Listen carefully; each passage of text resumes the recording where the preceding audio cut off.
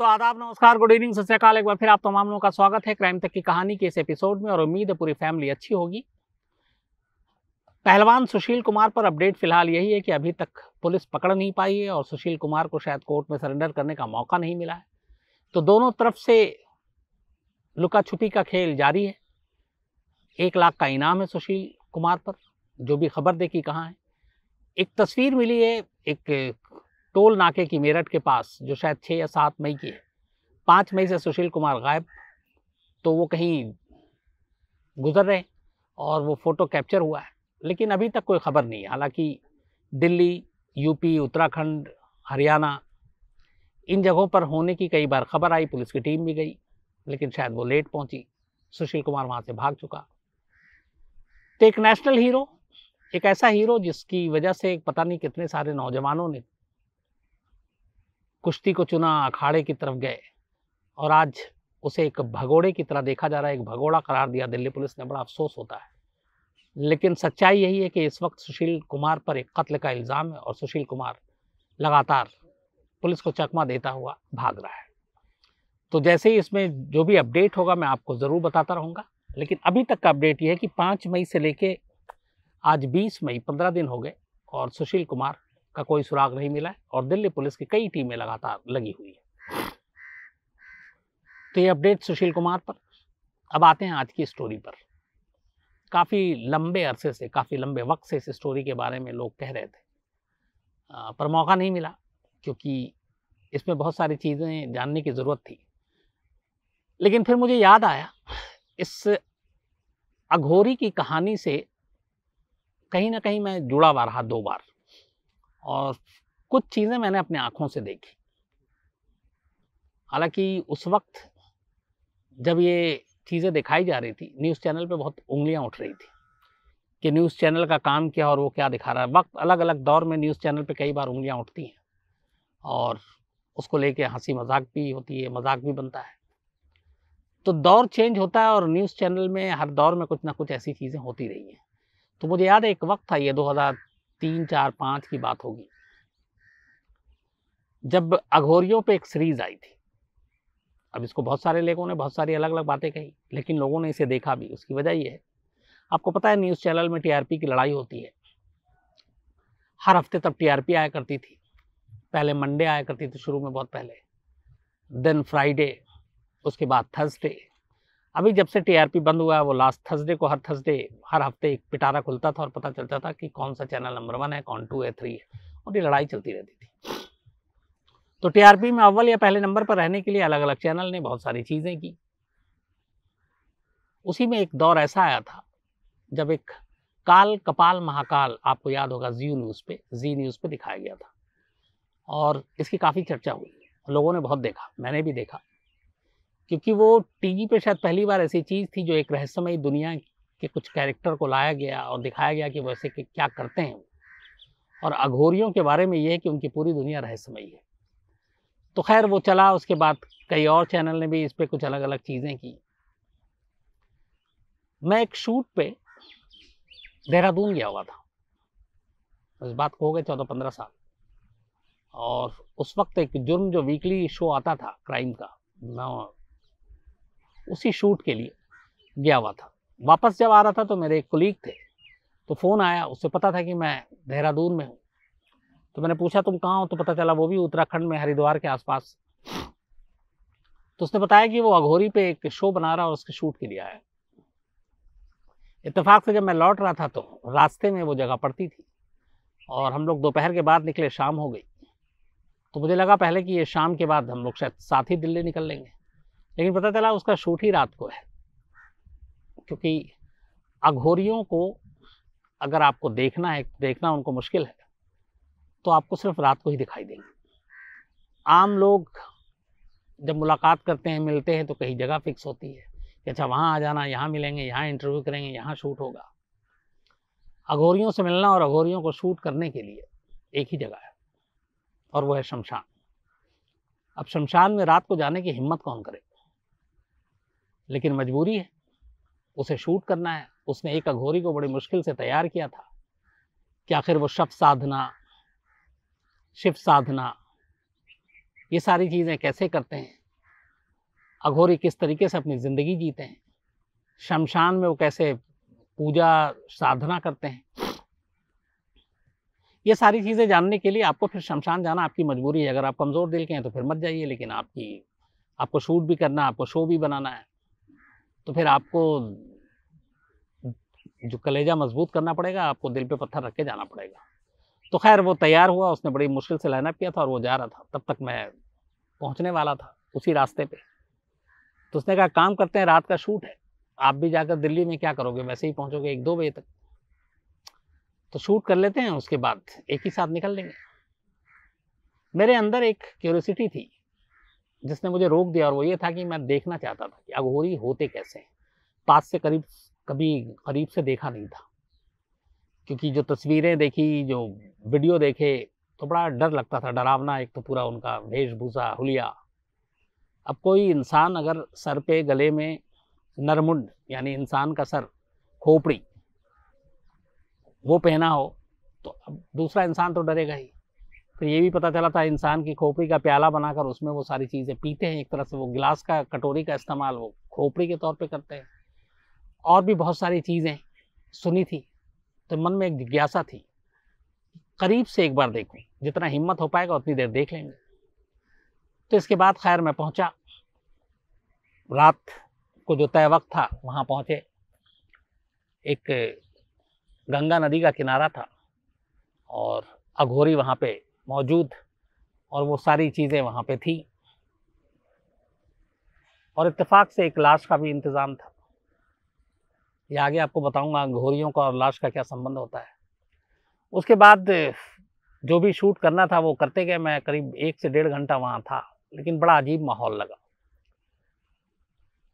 एक तो अघोरी को देख के रात को, और वो भी सन्नाटे में, और इस तरीके से एक शमशान के किनारे टाइप की जगह, तो डर और दहशत वैसे ही, माहौल वैसे ही और डरावना हो रहा था। फिर वो आग की लौ, उसमें मंत्रोच्चार, उनको शराब की बोतल भी दी गई थी, क्योंकि अघोरी जो है इन सब चीज़ों का सेवन करते हैं। और फिर ये भी था कि वो कैसे पिशाच, नर पिशाच, भूत प्रेत वश में करते हैं। तो वो सारी चीज़ें, वो क्रियाएं थी।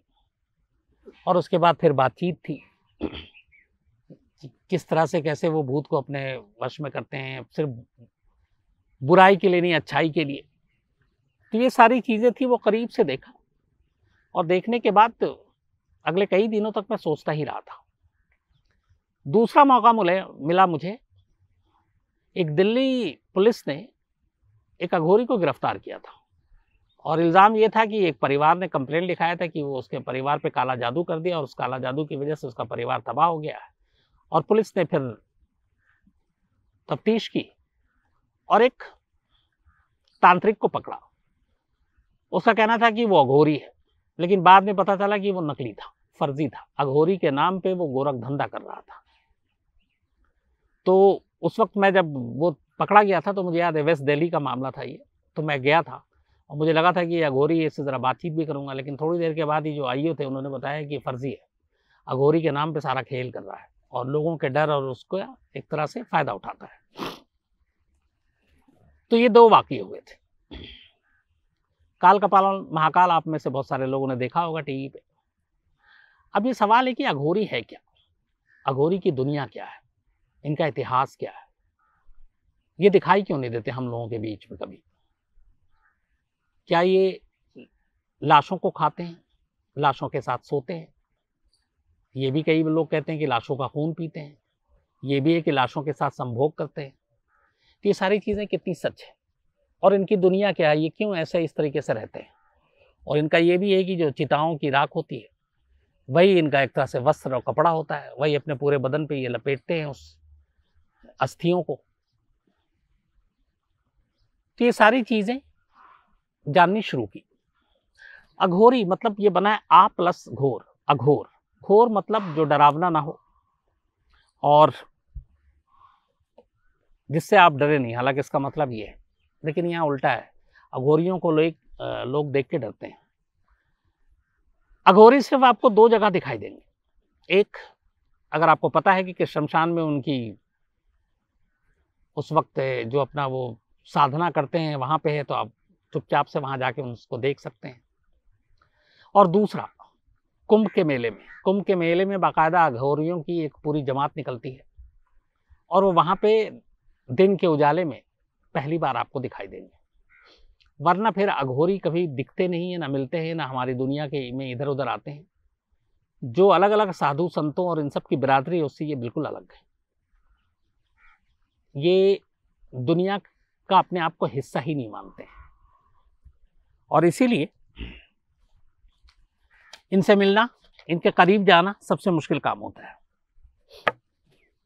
काली माता और शिव, भगवान शिव, इन दोनों के ही ये भक्त होते हैं और शिव के रूप में जो उनके एक अवतार भैरव बाबा, वो अघोरियों का मानना है कि अच्छा, अघोरियों के बारे में ये भी है कि भगवान शिव के अलावा वो किसी और भगवान को मानते ही नहीं है।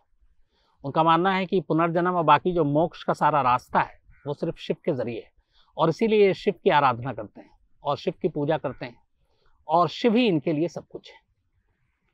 लेकिन अघोर बनना या अघोरी बनना इतना आसान काम नहीं होता है, ये बड़ी कठिन तपस्या होती है, क्योंकि कहते हैं अघोरियों के अंदर बड़ी शक्ति होती है, काला जादू भी होता है लोगों का। वो ये भी कहा जाता है कि उनके पास इलाज करने की क्षमता होती है गंभीर से गंभीर बीमारी की, तो और अघोर विद्या होती है उनके अंदर। लेकिन अघोरी को अघोरी होने का दर्जा तब मिलता है जब वो कुछ इम्तिहान पास करता है। किसी को भी अघोरी बनने से पहले अपने गुरुओं के पास जाना पड़ता है और वहां बड़ी कठिन परीक्षा होती है। पहली चीज जो होती है अघोर बनने के लिए वो ये है कि आपको अपने मन के अंदर से सारी घृणा और नफरत निकालनी होगी। अगर आपके अंदर किसी के लिए नफरत है, किसी के लिए गुस्सा है, तो फिर आप अघोरी नहीं बन सकते। तो जो पहली चीज है, जो पूरी इनकी ट्रेनिंग जो होती है, उसमें यह है कि आप न किसी से नफरत करेंगे, न किसी के लिए गुस्सा रखेंगे मन में, क्योंकि नफरत और गुस्सा अगर आप रखते हैं तो फिर आप दुनियावी हिस्सा बन जाते हैं, दुनिया के लोगों का एक हिस्सा बन जाते हैं, आप इनसे ऊपर उठेंगे। और इसीलिए जो इनकी ट्रेनिंग का हिस्सा है वो ये है, एक अघोरी को अघोरी होने का दर्जा तब मिलता है जब उसके मन से ये सारी चीजें निकल जाए, वो इस एग्जाम में पास हो जाए। फिर इन्हें ये ट्रेनिंग दी जाती है कि लोग किन किन चीजों से डरते हैं, लोग किन किन चीजों से घृणा करते हैं, लोग किन किन चीजों से दूर भागते हैं, कहां कहां जाने से बचते हैं। ये वो सारी चीजें आपको करनी है। जैसे आर्मी में या बाकी चीजों में, पुलिस में बहुत सारी अलग अलग ट्रेनिंग होती है, अघोरियों के ऐसे ही एग्जाम होते हैं, एक तरह से परीक्षा होती है। अब लोग शमशान में रात को कौन जाएगा अकेला, अकेला कब्रिस्तान में कौन जाएगा? अघोरियों को अकेले शमशान में जाना है, ये उनकी परीक्षा का हिस्सा है। लाश, मुर्दे, कफन, अर्थी के कपड़े, इन चीजों से लोग भागते हैं और अघोरियों को कहा जाता है कि वो इन चीजों के करीब जाए, बल्कि इनका इस्तेमाल करें। तो अघोर जो है वो लाश को भी, मुर्दे को भी, कफन को भी, इन सारी चीजों को अपनाता है। वो अपने पराये इन सारी चीजों से भूल जाता है और उसका सबसे बड़ी चीज ये होती है कि मौत का डर उसको निकालना है और मौत का डर निकालने के लिए वो शमशान और शवों के साथ रहता है। तो उसे पता चलता है कि ये दुनिया क्या है और दुनिया का खात्मा क्या है। अघोरियों के बारे में यह है कि उसके गंध, दुर्गंध, खुशबू, बदबू, इन चीजों से कोई मतलब नहीं है। अघोरियों को खाने के बारे में यह है कि उसे जो भी मिल जाए वो खाएगा, सिर्फ एक चीज छोड़कर, गाय का मांस छोड़कर लाशों से लेकर जितने भी जानवर हैं उन सब का मांस अघोरी खाते हैं और खा सकते हैं। सिर्फ एक जगह पे रोक है और वो है गाय का मांस छोड़कर। इसके अलावा यहां तक है कि आप सड़ी से सड़ी चीजें, अगर लाश सड़ गई है, बदबू आ रही है, तो उससे भी कोई मतलब नहीं, वो खाते हैं। उसी तरीके से ये, बल्कि ये भी कहते हैं मल मूत्र ये तक ये खा लेते हैं, क्योंकि इनकी जो अघोर बनने की जो कठिन परीक्षा है वो ये सारी चीजें इसमें शामिल होती हैं कि तुम्हें कोई चीज अच्छी और बुरी का तमीज ही नहीं करनी है, तुम इन सब चीजों से ऊपर उठोगे और उन सब चीज़ों से ऊपर उठने के लिए तुम्हें किसी भी तरह के खाने पीने में कोई परहेज़ नहीं करना है। रोटी मिल गया तो ठीक है, और कोई चीज़ मिल गई तो ठीक है, नहीं है तो फिर शब को खाओ। और शब जिस हालत में है उससे भी कोई मतलब नहीं है, आपको खाना पड़ेगा, बल्कि आप मल मूत्र से लेके बाकी सारी चीज़ें। तो इसीलिए अघोरियों से लोग उनको जो देखते हैं तो एक डर लगता है और एक थोड़ी सी सारी अजीब सी चीज़ें लगती हैं। अघोरियों के बारे में यह है कि वो मांस खाते हैं, शब खाते हैं। बाकी जैसे साधु संतों के लिए मांस मदिरा यह सब प्रतिबंध है, नहीं है, लेकिन अघोरियों के लिए ऐसा नहीं है। वो शराब भी पीते हैं, गांजा का भी सेवन करते हैं। अब एनसीबी के हिसाब से अगर हम देखें तो गांजा का सेवन जो है वो नारकोटिक कंट्रोल ब्यूरो और अपना जो कानून है ड्रग्स का, उसमें ये इलीगल है। लेकिन अघोरियों के लिए ये एक ज़रूरी चीज़ है और अघोरी गांजा का सेवन करते हैं।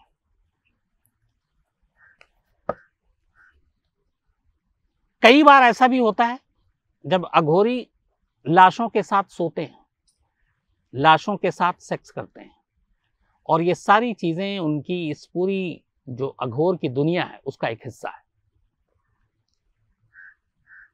अघोरियों के बारे में ये भी है कि वो शमशान में इसलिए जाकर अपनी साधना करते हैं क्योंकि उन्हें एकांत और सन्नाटा चाहिए, और कोई ऐसी जगह नहीं है जहाँ पे वो ये मिल सके, और इसीलिए शमशान में, और वो भी रात के वक्त। तो रात के वक्त कोई भी शमशान में जाने की हिम्मत नहीं करता, जाएगा नहीं, तो फिर वो आराम से वहाँ पे अपना काम कर सकते हैं।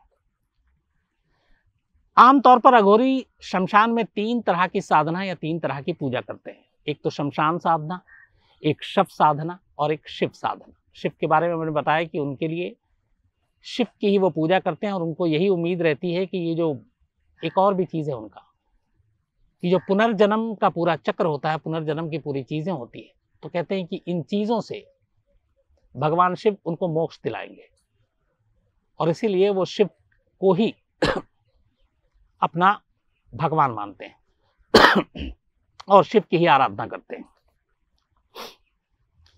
अब अलग अलग 3 आपको बताया कि कैसे शमशान साधना, शिव साधना और शव साधना, ये 3 चीज़ें शमशान के अंदर ही करते हैं। कहते हैं कि जो शव साधना यानी कि जो लाशों के ऊपर पूजा करते हैं ये, और शमशान के अंदर साधना करते हैं, तो ये कहा जाता है कि जब ये ऐसा करते हैं तो कई बार लाशें मुर्दा जो है वो बोल पड़ता है, और फिर उनसे वहाँ से बहुत सारी इनको जो काली शक्ति और बाकी चीज़ें हैं वो मिलती हैं, और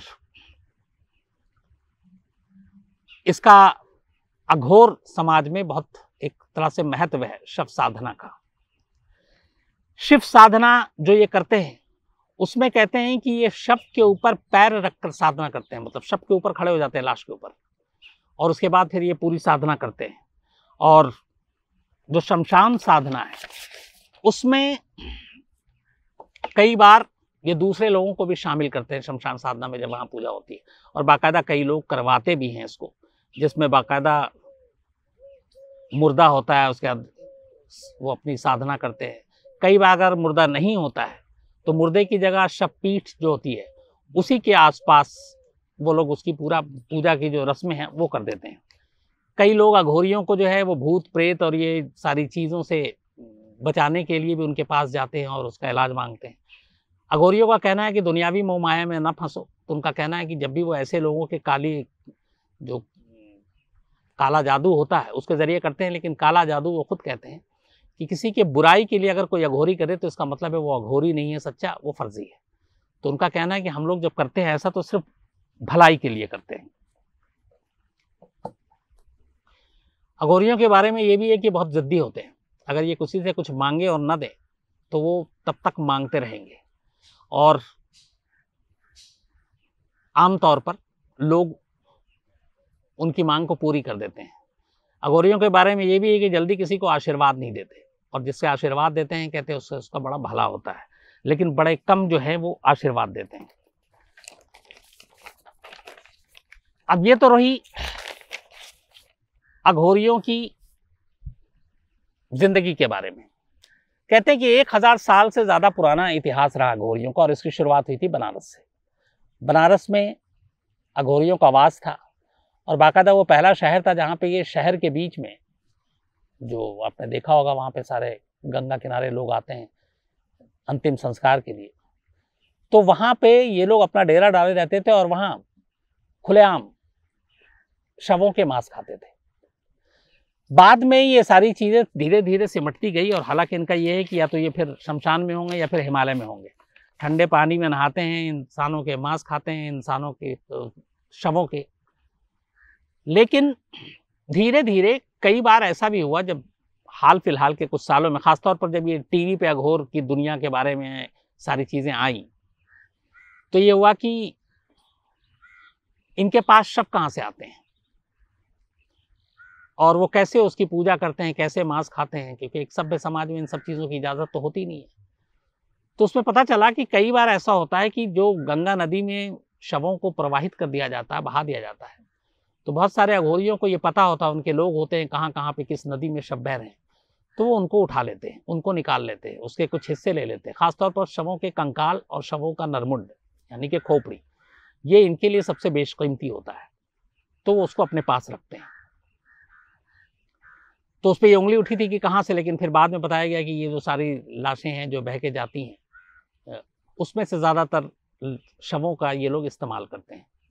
लेकिन अपनी तंत्र मंत्र और साधना के लिए शव इनके लिए ज़रूरी है और इसीलिए वो वक्त वक्त पर इन शवों का इस्तेमाल करते हैं और अपनी जो पूरी इनकी पूजा पाठ होती है वो उसी से करते हैं।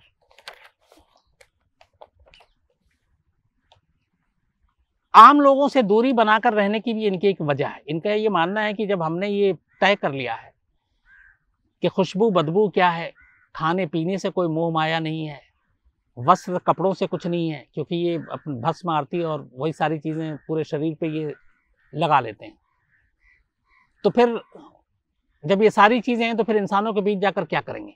इसीलिए ये इंसानों के जो दुनिया है उससे हमेशा अपने आप को अलग रखते हैं और इंसानों के बीच में कभी नहीं जाते हैं, और इसीलिए इंसान भी इनको कभी नहीं देखते हैं कि ये कहाँ पे है, क्या कर रहे हैं। शमशान में आप जा नहीं सकते। हाँ, कुंभ के दौरान में मेले में आपको ज़रूर ये सारे अघोरी एक साथ मिलेंगे। नाराज़गी किसी से नहीं रखते। इनका मानना है कि जो अघोरी नाराज़ हो जाए किसी इंसान से वो सच्चा अघोर नहीं है। कपड़ा ये पहनते नहीं है, सिर्फ ये, क्योंकि इनका ये मानना है कि जीवन की जो बेसिक चीज़ें हैं वो ये सारी चीज़ें से दूर रहेंगे। तो ये इसलिए मैंने जैसे आपको बताया कि भस्म आरती जो होती है उसमें अपनी सारी वो चीज़ें लगा लेते हैं। राख या भस्म इनके लिए एक तरह से कपड़ों का काम करती है। और इनका ये भी मानना है कि भगवान शिव ने भी ऐसे ही वस्त्र धारण किए थे, तो इसीलिए वो उसको राख और भस्म को अपने लिए रखते हैं। इनके रंग रूप के बारे में जो है वो यही है। इसकी वजह यह है कि जब आप नरमुंड और बाकी चीज़ें आप अपने गले में पहनेंगे, रखेंगे, इंसानी खोपड़ी का प्याला बनाएंगे, तो इसी वजह से इनका डरावना जो है वो रंग रूप होता है। लेकिन ये इंसानों के लिए वैसे डर की ज़रूरत नहीं होती, क्योंकि वो उनसे दूर ही रहते हैं और उनका कोई लेना देना नहीं है। हालांकि कई बार ये भी है कि कई ये शवों के से दवाई भी बनाते हैं। ये कई बार आया इंसानी हड्डियों से, और वो जो कई बीमारियों में बड़ा कारगर होता है ऐसा कहा जाता है, लेकिन इसकी कभी कोई पुष्टि और सारी चीज़ नहीं हुई। सबसे बड़ी बात है ये इनकी भूख। अघोरियों के बारे में एक, और ये कई जगह पे देखा भी मैंने, जो इंटरव्यू जो ओरिजिनल अघोरी थे उनका आया था, उसमें ये था कि ये अपने भयानक भूख के लिए जाने जाते हैं। इनको भूख बहुत लगती है और वो वही चीज़ खाते हैं, वैसी चीज़ खाते हैं जो एक सभ्य इंसान हम आप कभी सोच भी नहीं सकते। इवन कचरा में डाला हुआ खाना, जो मैंने शुरू में आपको बताया, मलमूत्र, लाशें, सड़ी हुई लाशें, वो सारी चीज़ें। और इसके पीछे इनका तर्क यही है कि इससे अहंकार का नाश होता है, जो इनका बेसिक है सारी चीज़ें, कि आप इन सारी चीज़ों से दूर रहें। तो उनका कहना है कि ये सारी चीज़ें खाने के बाद अहंकार से का नाश होता है, और इसीलिए वो इन चीज़ों से अपने आप को दूर नहीं रखते। इस वक्त देश में अलग अलग कहते हैं कि सैकड़ों की तादाद में अघोरी हैं, और इनमें से कुछ ऐसे हैं जिनका अघोर की दुनिया में बहुत बड़ा नाम है और मतलब वो उनके पास जाना चाहते हैं, उनको गुरु बनाना चाहते हैं। और अभी भी बहुत सारे ऐसे लोग हैं जो अघोरियों की तरफ आकर्षित होकर अघोर बनने के लिए जाते हैं। बीच बीच में कई, ये यूपी से भी खबर आई, एक इनका काठमांडू में बहुत बड़ा एक मंदिर है जहाँ पे अघोर की पूजा होती है और सारे अघोरी वहाँ खास मौके पे मिलते हैं, बैठते हैं। एक कोलकाता में भी है जहाँ पे ये पूजा करते हैं। करीब ऐसे 6 से 8 जगह है बड़ी। यहाँ तक कि जो दिल्ली में भैरव बाबा मंदिर है वहाँ पे भी एक खास मौके पर अघोर लोग आते हैं रात के वक्त। लेकिन कुल मिलाकर इनकी जो रहस्यमयी दुनिया है वो अभी भी बहुत सारी रहस्यमयी है। जो बेसिक चीज़ें हैं शवों के साथ और बाकी पूजा पाठ, ये तो सामने है, लेकिन इनकी और ऐसी बहुत सारी चीज़ें हैं जो कभी आम इंसान जिसके करीब नहीं जा पाया, ना उसको देख पाया, ना समझ पाया, क्योंकि इजाज़त ही नहीं है। तो जब ये उसमें बिल्कुल रम जाते हैं अपने तंत्र मंत्र और उसमें शव साधना से लेके शिव साधना से लेके शमशान साधना तक में, तो फिर वहाँ दूर दूर तक आम इंसानों का ना कोई दखल होता है, ना उनकी एंट्री होती है। तो ये सब कुछ एकांत में अकेले में करते हैं और यही वजह है कि अघोरियों के बारे में बहुत सारी ऐसी चीज़ें हैं जो खुलकर इस दुनिया के सामने कभी नहीं आई। तो ये थी अघोरी दुनिया की रहस्यमयी कहानी, अघोरियों की कहानी और उससे जुड़ी हुई जो चीज़ें थी। और मुझे आज आपको सुनाते हुए फिर वही करीब 15 साल पुराना वो जो हरिद्वार के आसपास वो रात याद आ गई। और बीच में मुझे ये भी लग रहा था कई बार कि यहाँ से उठ के भाग लूँ। और उस रात भी जब वहाँ से निकल कर हम लोग आए थे तो मुझे याद है, पहले ये था कि शाम, चूँकि रात का शूट है, 7-8 बजे खाना खा लेते हैं, उसके बाद शूट करेंगे। फिर हुआ कि नहीं, शूट के बाद खाना खाएँगे। लेकिन जब वो चीज़ें सब ख़त्म हुई, वापस आए, गाड़ी से अब दिल्ली आना है, तो ये था कि ढाबा कोई रास्ते में मिलेगा, खाना खाएँगे। लेकिन वो दर्जनों ढाबा गुज़र गया, खाने के लिए ना मैंने रोका, ना उसने रोका और किसी ने, क्योंकि खाने की हिम्मत ही नहीं थी वो सारा मंज़र और सीन देखने के बाद। तो भूख ही मर गई थी। तो फिर वापस भूखा ही घर पहुँच गया था। तो आज कहानी में इतना ही। अब आपसे कल मुलाकात होगी रात 9 बजे किसी नई कहानी के साथ। तब तक अपना ख्याल रखिएगा। Thank you very much.